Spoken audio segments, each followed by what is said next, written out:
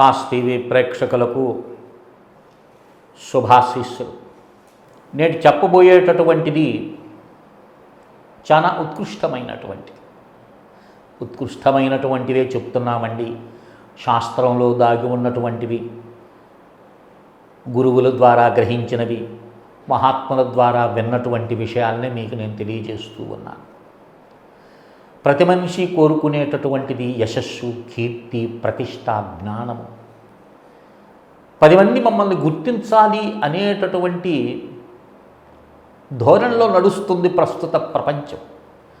10 మందికి మేము తెలియాలి, మేము చేసే పని 10 మందికి తెలియాలి అనే కదండి. యూట్యూబ్ మాధ్యంగానైతేనేమి, ఈ సోషల్ మీడియా మాధ్యంగా అనేకమైనటువంటి విషయాలు మనకు వెలుగులోకి వస్తూ ఉన్నాయి. అవి అలా పక్కన ఉంచితే, అంటే యశస్సును కోరుకుంటుంటాడు మనిషి, పేరు ప్రతిష్టలు కోరుకుంటుంటారు, కొంతమంది జ్ఞానాన్ని కోరుకుంటారు. ఇలా అనేకమైనటువంటి భిన్నమైనటువంటి రుచులతో నడుస్తూ ఉంటుంది ప్రపంచం. లోకో భిన్న రుచి అంటారు. దానికి సంబంధించినటువంటిది. అలాగే పితృదోషం అనేటటువంటిది ఉండండి. జాతకం చూసి చెప్తారు కదా, మీకు పితృదోషాలు ఉన్నాయండి, పితృదేవతలు సంతుష్టి లేరు, వారి కోసంగా మీరు ఏదో ఒకటి కర్మ చెయ్యాలి అని మనకు సలహాలు ఇస్తూ ఉంటారు జ్యోతిష పండితులు. అలాంటి పితృదోషాలను పూర్తిగా తొలగించి కీర్తిని, జ్ఞానాన్ని ప్రసాదించేటటువంటి ఒక అద్భుతమైనటువంటి మంత్రం ఉంది. ఈ మంత్రము నేను చెప్పినాననుకో, ఓహో ఇదే అని మీరు రాగం తీయవచ్చు. ఎందుకంటే ఇది ప్రతి ఒక్క వ్యక్తి వినే ఉంటాడు ఈ మంత్రాన్ని, కానీ దాంట్లో ఉన్నటువంటి శక్తి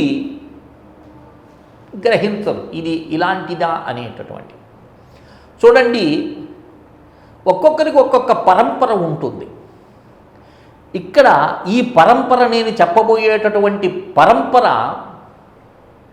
ఎలాంటిదంటే, మహాజ్ఞానులు, సనాతన ధర్మము, వైదిక ధర్మాల్లో వీరి పాత్ర ఎంత అని మనం చెప్పటం అనేది అసాధ్యమైనటువంటి విషయం.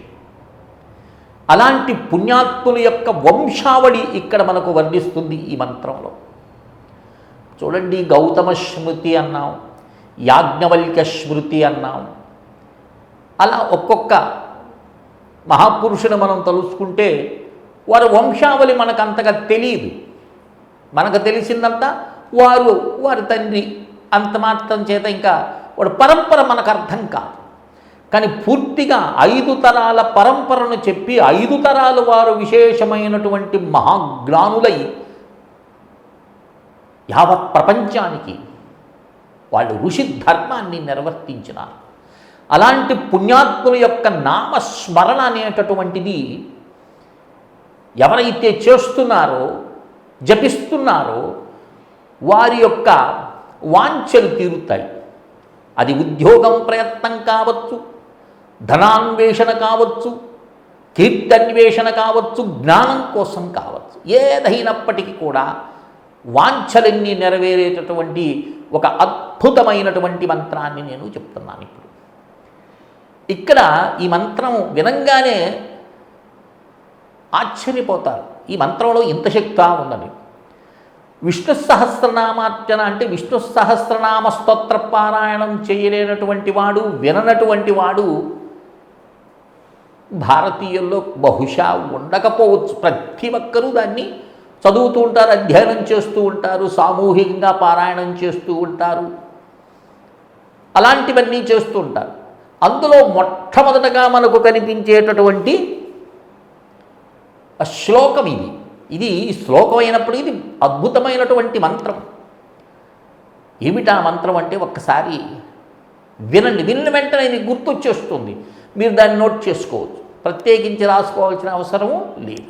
ఎవరి దగ్గర విష్ణు సహస్రనామార్చన స్తోత్ర పుస్తకం ఉంటుంది. ఓం వ్యాసం వశిష్ఠ నప్తారం శక్త పౌత్రమకల్మషం పరాశరాత్మజం వందే సుఖతాతం తపోనిధిం. వ్యాసం వశిష్ఠ నప్తారం శక్త పౌత్రమకల్మషం పరాశరాత్మజం వందే సుఖతాతం తపోనిధిం. గుర్తొచ్చిందే? వినుంటారు కదా. చూడండి, ఇక్కడ 5 తరాల వారిని ఇక్కడ మనకు వర్ణిస్తూ ఉన్నాడు.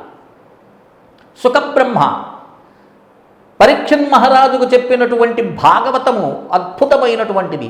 అది శుకుని యొక్క ముఖ కమలము నుండి వెలువడినటువంటి భగవత్ తత్వమది. అలాంటి అద్భుతమైనటువంటి భాగవతాన్ని అందించినటువంటి శుకుడు ఎవరి కుమారుడు? వ్యాసుని యొక్క కుమారుడు. వ్యాసుడు ఎలాంటి వాడండి తెలుసు కదా. 18 పురాణములను అందించి వేద విభజన చేసి అనేకమైనటువంటి మంత్రశాస్త్రాన్ని అందించినటువంటి మహానుభావుడు. 2 తరాలైనది. ఇక ఆ వ్యాసుని యొక్క తండ్రి ఎవరు? పరాశర మహర్షి. పరాశర మహర్షి గురించి మనం ప్రత్యేకించి చెప్పవలే. ఈ కలియుగంలో పరాశర స్మృతినికి అనుసరించే ధర్మం నడుస్తుంది అని చెప్తున్నది. మరి అలాంటి పరాశరుని యొక్క తండ్రి ఎవరు? శక్తి. ఆ శక్తి యొక్క తండ్రి ఎవరు? వశిష్ఠుడు. ఇక్కడ చూడండి, ఈ పరంపర 5 తరాల పరంపర ఉన్నది. ప్రతి ఒక్క మహర్షులు వాళ్ళు తపస్సుతో జాతికి ఎన్నో అందించినారు.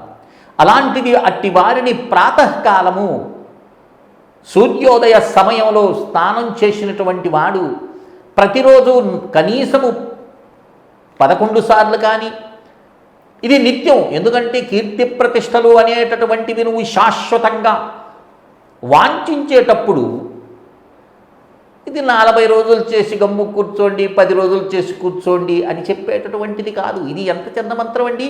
ఎక్కడికి పోతున్నా, ప్రయాణం చేస్తున్నా, ప్రశాంతంగా ఒక దగ్గర కూర్చున్నా అది మీరు అలాగే దాన్ని మననం చేస్తూ ఉండొచ్చు. వ్యాసం వశిష్ఠనప్తారం శక్తి పౌత్రమకల్మషం పరాశరాత్మజం వందే సుఖతాతం తపోనిదం.